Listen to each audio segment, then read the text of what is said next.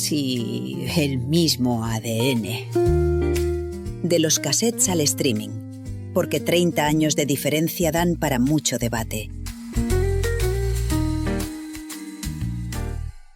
Hola amigos, aquí estamos de nuevo para continuar con este apasionante tema de la literatura que dejamos hace 15 días un poco a la mitad y que hoy tenemos que continuar porque hay todavía muchas cosas de las que hablar y vamos a ello. Me viene a la cabeza hablar de lecturas que no nos hayan gustado, o que nos hayan podido decepcionar, o que no hayamos sido capaces de terminar, que hayamos dejado a la mitad. Yo reconozco que soy esa persona que puedo dejar perfectamente novelas a la mitad o empezadas y sin terminar. No tengo ningún tipo de rencor. Sé que hay gente que necesita darle la oportunidad, terminar el libro. Yo, si no me gusta cómo empieza o cómo se está desarrollando, no sigo. Para mí es como una pérdida de tiempo y no me veo capaz. Y a lo mejor me he perdido grandes cosas. Con esto voy a cosas concretas. La literatura rusa. Yo no he sido capaz de leer a Dostoyevski. Lo he intentado, me he leído unas páginas y he dicho, esto no es lo mío. ¿Que me estoy perdiendo un mundo, un universo? Seguro. ¿Que queda fatal decir esto? Yo, por lo menos, lo reconozco. Seguro que hay muchos y muchas que también les habrá pasado. Y con algo un poquito más comercial, El Señor de los Anillos y El Hobbit. Yo no soy capaz de leerme esos libros. Me he leído Harry Potter, que sería para mí esa cosa fantástica que todos hemos podido leer en la adolescencia. Pero El Señor de los Anillos, yo he visto esos tochos en casa. Mi padre fanático. Y yo he dicho, yo esto no me interesa en absoluto, porque además me pasa una cosa.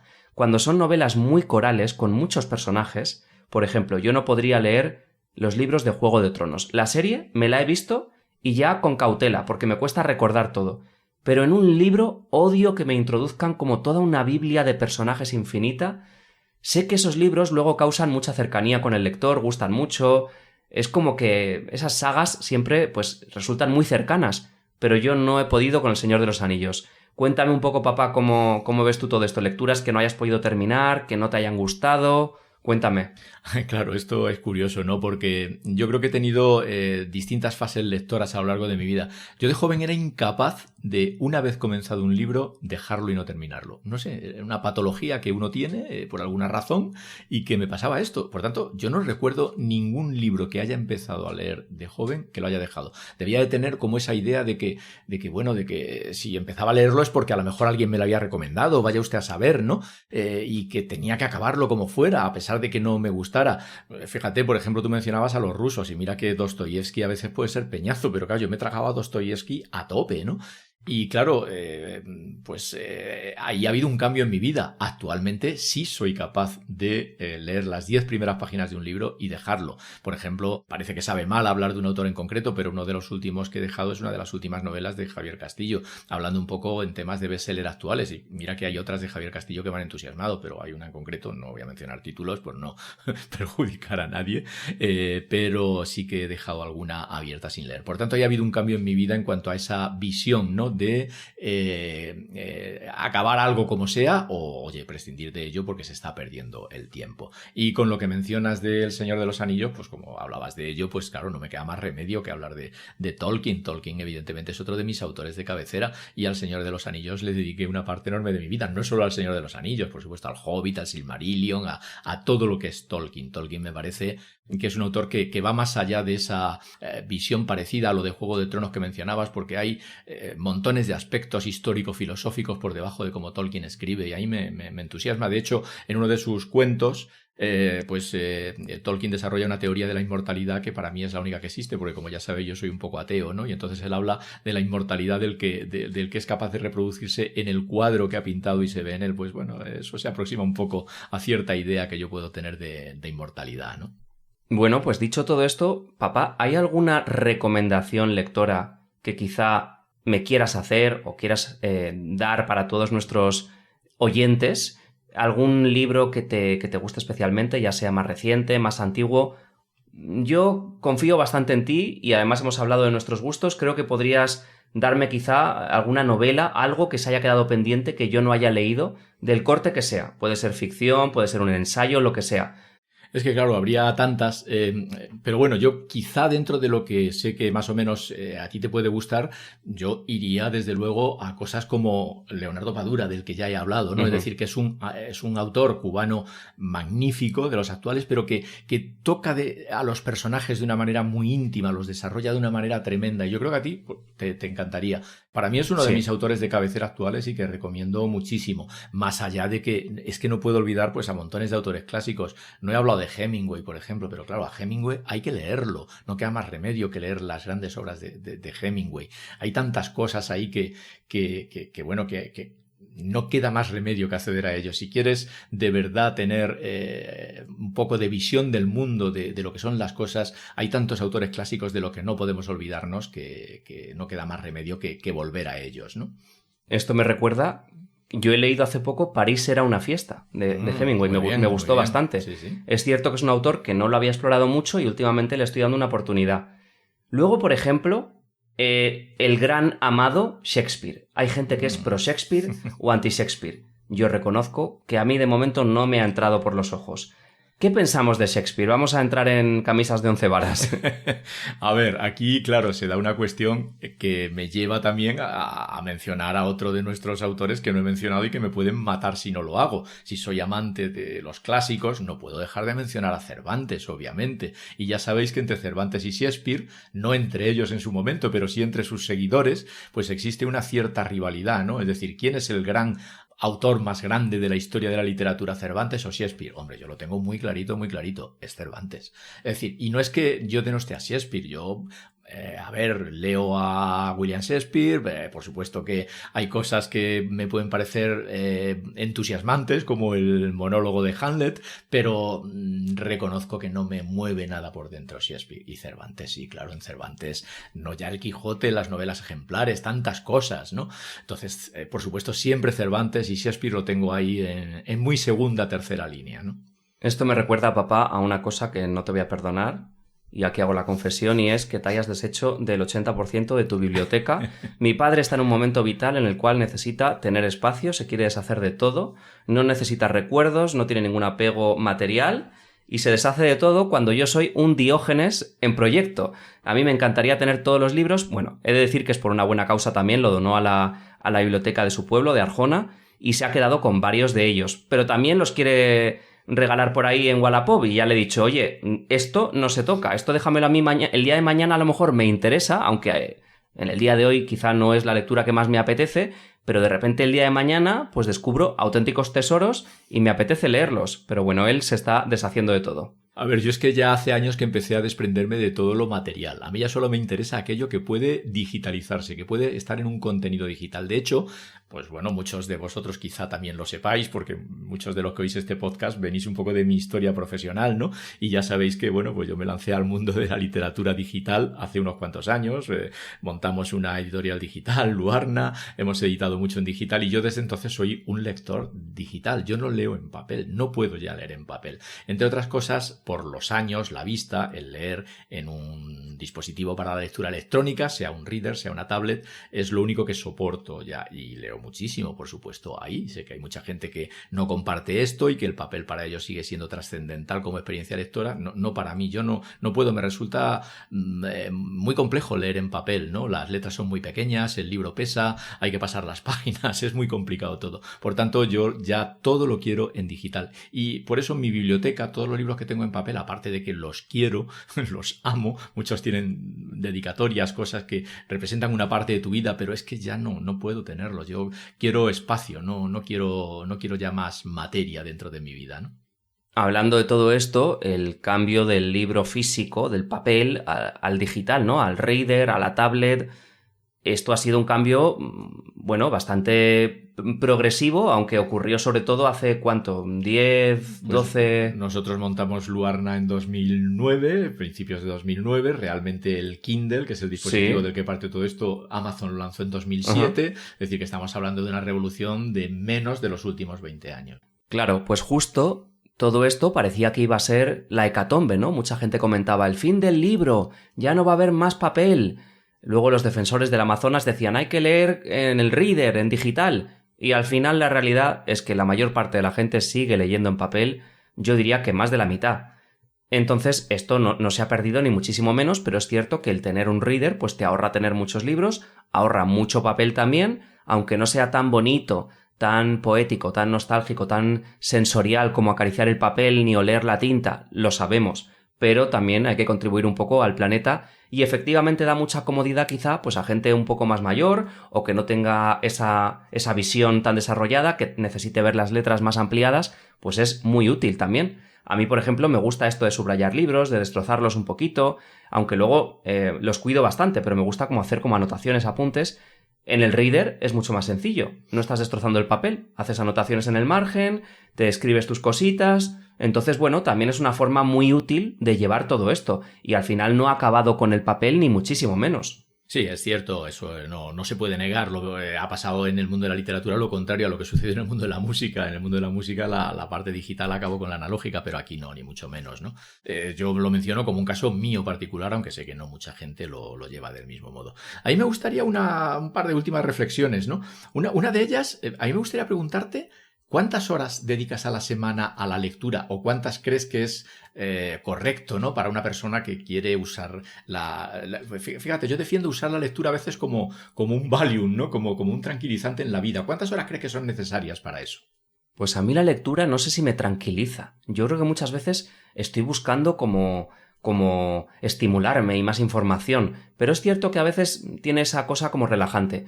Pues yo soy muy poco constante, como he dicho, entonces hay semanas que realmente puedo haber leído, y me duele reconocerlo, 0 horas. Bueno, puedo haber leído artículos, puedo haber escuchado un podcast, pero no haberme sentado a leer un buen rato. En cambio hay otras semanas que he podido leer, pues no sé, a lo mejor 3-4 horas cada día, pero tampoco es lo más habitual. Ya os digo que no soy nada constante con esto y me gustaría lograrlo. Pero en general, digamos que a lo mejor pues intento haberme leído un libro todos los meses. Por lo menos uno.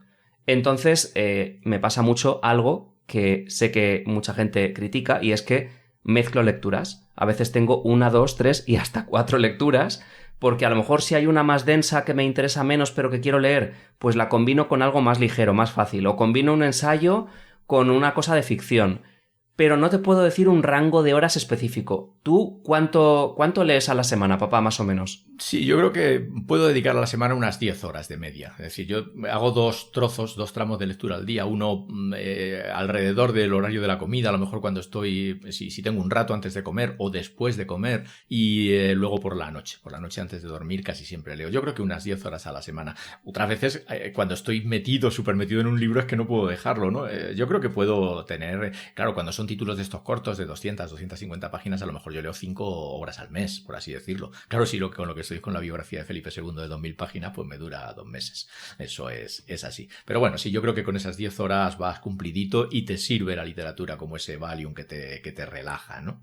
Pues esto me lleva a algo, papá, que quiero decirte, y es que estoy viendo en redes sociales los famosos recomendadores de libros, los book bros que llaman ahora, que es estupendo y me parece genial que se venda la lectura, que se intente fomentar de nuevo, sobre todo en el público más joven, porque la realidad es que ahora mismo no hay grandes lectores en la gente más joven. Cuesta encontrar un poco eso. Es cierto que está resurgiendo en las redes este movimiento. Y me gustaría destacar que a veces también parece que hay una competición de ver quién lee más. Más horas, más libros. Este mes me he leído 10 libros. Y digo, esto es una barbaridad. ¿Qué estamos haciendo también con las redes? Una competición ya no solo del cuerpo, de la imagen, también lo cultural lo vamos a llevar a... Me he visto 10 películas esta semana y me he leído 10 libros. ¿Qué necesidad hay de correr tanto y de querer abarcar tanto? Parece una competición. Y no sé, mientras hablábamos de esto me ha venido esta reflexión, papá, de... ¿Qué más da? Lo importante es hacerlo, no cuánto hagas o cuántos libros leas al mes. No es una competición, como hemos dicho. Totalmente de acuerdo, y además opino lo mismo que tú acerca de esta cuantificación del tema de la lectura. No se puede cuantificar la cultura. No puedes decir he oído tantas horas de música o tantas horas de libro. Lees o escuchas aquellas que a ti te satisfacen, las que de alguna manera a ti te hacen sentirte bien. Pero esas competiciones, eso me parece absurdo. No tiene nada que ver con el lector tradicional, el lector que realmente se pone a disfrutar de ese trozo de prosa que ha leído en un momento y le ha impactado, le ha hecho llorar probablemente perfectamente. Eso no puedes hacerlo cuando apuntas solo a la cantidad, ¿eh? Por supuesto que totalmente de acuerdo contigo en ese aspecto. Una reflexión también que me gustaría que hiciéramos, ¿no? Para quizá a lo mejor ya llegando hacia los puntos de ir concluyendo, ¿no? Que es el tema de la relación entre lectura y escritura. Es decir, me consta que tú desde pequeño decías que querías ser escribidor y que has escrito y muy bien siempre, ¿no? ¿Cómo vives esto? Es decir, ¿te lanzas alguna vez de verdad a escribir y basado en tu experiencia lectora y en lo bien que escribes, que me consta, alguna vez te vas a decidir a publicar algo? Por supuesto que lo haré, es algo que tengo muy claro en mi mente, que es una misión casi vital, un objetivo, pero he de decir que he publicado algo. Con Luarna, con la editorial digital, publiqué un libro infantil que se leyó muchísimo. El ilustrador era un amigo mío, yo lo escribí y mi padre lo publicó. Y es cierto que como estaba libre de derechos, aquello voló por todo internet. Lo encontramos años después, incluso hace poco todavía he visto artículos de foros porque la gente lo compartía entre ellos. Y se llamaba Digitalizing Lua, que en español sería Digitalizando a Lua, porque era una forma también, una estrategia de vender los readers, los lectores digitales en aquel momento, y mi padre me pidió que escribiera algo a propósito de todo esto. Entonces yo desarrollé esta especie de libro infantil con ilustraciones, que la verdad es que luego el mensaje era bastante potente. En realidad era una lectura un poco adulta, metida dentro del género infantil, y yo recuerdo leer mensajes de muchas madres recomendándoselo unas a otras y pasándose el PDF entre ellas para leérselo a sus hijas e hijos. Así es, así es. Y si alguien está interesado, todavía está disponible en mi blog, en artedeprudencia.com. Ahí lo podéis descargar y disfrutar de ello, ¿no? Que creo que, bueno, es un libro infantil muy bonito, pero que además, como yo he leído muchas, o te he oído también, que me has contado muchas cosas tuyas de las que escribes más en este género de la prosa poética que también se te da, ahí es donde te increpo a que en el futuro hagas algo a ese respecto, que creo que tus lectores lo disfrutaremos bastante. Sí, por supuesto, eso lo tengo claro, esto era una anécdota, pero yo voy a continuar con este proyecto y voy a seguir escribiendo porque que no publique no significa que no escriba. Escribo mucho. Tengo miles de notas, miles de redacciones, novelas sin terminar, creo que tengo como 3 o 4, y algunas de ellas de cuando tenía 12, 13, 14 años, que tú leíste, papá, ¿te acuerdas? Que eran como muy fantasiosas también. Pero es cierto que nunca he terminado de solidificar, de hacerlas redondas. Nunca les encuentro un final a todas mis escrituras. Entonces, bueno, al final tengo un montón de proyectos inacabados, pero encontraré esta determinación y, por supuesto, publicaré y compartiré algo.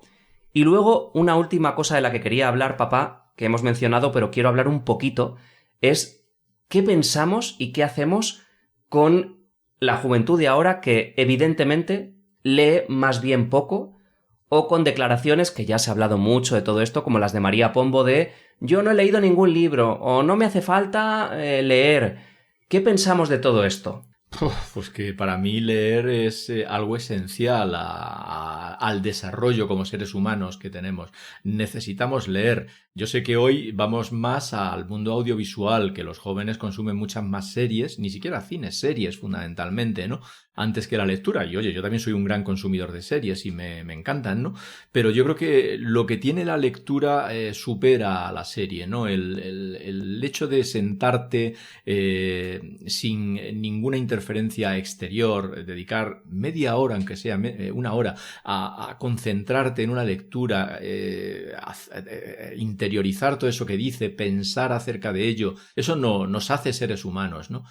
Y claro, como en todo, pues lo único que podemos hacer es educación, educación y educación. Pero claro, teniendo también en cuenta que muchas veces en la educación infantil, en los colegios, lo que sucede es que los niños lo que terminan es odiando la literatura porque se les obliga a leer por los planes de estudio cosas que probablemente les repelen, ¿no? Entonces, joder, ahí se debería hacer un esfuerzo en los planes educativos por el hecho de hacer que las lecturas sean interesantes, hacer que los niños se enganchen ahí a la lectura, porque creo que es imprescindible para el desarrollo humano, ¿no? Yo pienso que al final para el desarrollo cerebral, como dices, es imprescindible leer, pero también como una forma de tú seguir mejorando, no solo a nivel cultural y de aprendizaje, que hay miles de formas de aprender. Estoy de acuerdo con que no solo es la lectura, pero a nivel cerebral creo que hay algo, un movimiento muy potente que no te da hacer scrolling en una pantalla o no te da ver vídeos o escuchar podcast.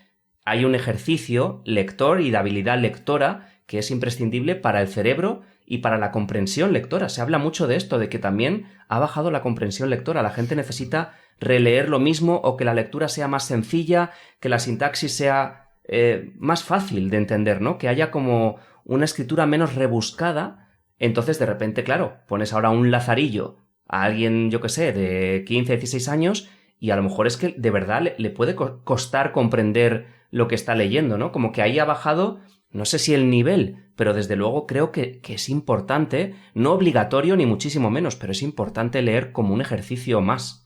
Sin duda, totalmente de acuerdo, y creo que cuidar mucho eso en la educación es básico, ¿no? Es cierto que esto que comentas, pues, por ejemplo, del Lazarillo u otras obras clásicas, claro, ahí además nos pegamos con el hecho de la diferencia de lenguaje, de la diferencia de cultura, de que hay que entender mundos diferentes. Quizá habría que introducir más a los niños en una literatura más actual, que la hay muy buena. Puede ser, sí. Todo eso habría que verlo, pero por supuesto sin olvidar lo anterior, aunque quizá lo anterior pues va quedando ya cada vez más reducido al nicho del especialista, ¿no? El especialista en literatura española del siglo de oro, etcétera, ¿no? Que luego después, oye, pues tú a lo mejor has leído un par de novelas históricas acerca de esa materia, te entusiasma el asunto y de verdad saltas ya a los orígenes, saltas a un Mateo alemán, saltas al Lazarillo, etcétera, ¿no? Entonces, bueno, yo creo que como todo es una labor de paciencia, de cultivarse a sí mismo y de leer cada vez más porque nos hace mejores personas.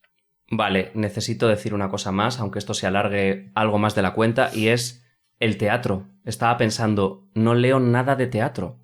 Al igual que me puede ocurrir con la poesía sí he leído algo más. Creo que de teatro he leído obras contadas. Y la verdad es que es un tema también bastante interesante. Y el hecho de poder leer una obra antes de ir al teatro también es algo bastante práctico, ¿no? De hecho, creo que muchas veces es como quien dice, mejor leerse el libro antes que ver la película o la serie, ¿no? Antes léetelo. Pues igual con el teatro. ¿Tú sabrías decir, papá, obras de teatro que te hayan gustado, que te hayan marcado, aunque a lo mejor no sea tampoco tu género, claro, pero creo que lo has podido abarcar un poquito más? Poca cosa, la verdad. Yo reconozco ahí que tengo un déficit importante porque nunca he sido un gran aficionado al teatro, ¿no? Y no es que no me guste, cuando he ido al teatro lo he disfrutado, pero no he tenido una gran afición y por tanto, al no ser aficionado al teatro, la lectura teatral pues tampoco ha sido una de mis lecturas favoritas. Es cierto que yéndonos al siglo de oro, pues sí que ahí pues he leído bastante a Lope de Vega, Calderón, etcétera, pero no he dado grandes saltos posteriores ahí en el teatro, ¿no? Que os diría, algunas de esas obras teatrales o pseudoteatrales de Lorca, sí, pero no tengo grandes referencias a ese respecto. Y fíjate que nosotros tenemos, ¿verdad?, un gran amigo que tiene una de las editoriales más especializadas en teatro de España, que es Editorial Éride, y mi amigo Ángel Jiménez, ¿no? Pero por alguna razón yo nunca he tenido una gran afición ni al teatro en sí mismo ni a la lectura de teatro. Bueno, pues antes de cerrar, también me gustaría reivindicar desde aquí que está bastante relacionado con lo que estamos hablando, el género de la revista, del periódico, que también son lecturas, y los kioscos, que esto me recuerda que están cerrando todos últimamente. Hay gente que está abriendo alguno y haciéndolo como de nuevas, ¿no? Como más especial, intentando resurgir todo eso, pero oye, que el periódico, que la revista, que también está muy bien lo digital, también son lecturas, y se está perdiendo mucho el decir, me voy a leer un artículo entero. La gente se va a leer el titular y se ha quedado con eso, con la cabecera, ¿no? Entonces, bueno, me recuerda también que esto es otra parte de la escritura y que también hay que fomentarla mínimamente para que no desaparezca. Sí, la verdad es que ahí, conforme se ha ido perdiendo la visión, digamos, de negocio del mundo del periodismo, porque hoy hacer un periódico es una heroicidad porque nadie lo compra, pues claro, se va perdiendo ese periodismo de investigación que tan grandes cosas nos ha dejado, ¿no? Y que hoy pues cada vez se hace menos, ¿no? Porque hoy leer la prensa entre anuncios, bueno, claro, yo leo la prensa en digital, ¿no? Entre anuncios que te saltan, historias, pues se convierte en una experiencia a veces compleja, que hace que leamos los titulares y difícilmente profundicemos, entre otras cosas porque a veces la profundización tampoco tiene gran cosa, salvo honradísimas excepciones de periódicos o de periodistas que hacen un gran periodismo de investigación. Todavía es un tema que cada vez se practica menos, y es también una pena enorme que esto sea así, ¿no? Bueno, pues hasta aquí podemos leer, nunca mejor dicho, y esperamos que os haya gustado este tema, que reflexionéis. Os invitamos también a compartir vuestras lecturas favoritas o libros odiados también. Hay cabida para lo hater. Y bueno, pues eso, que nos vemos en la próxima entrega y esperamos que lo hayáis disfrutado muchísimo. Bueno amigos, leed por favor y enseguida, en un par de semanas, estamos aquí de nuevo y esperemos que nos escuchéis. ¡Hasta luego! Casi el mismo ADN. De los cassettes al streaming. Porque 30 años de diferencia dan para mucho debate.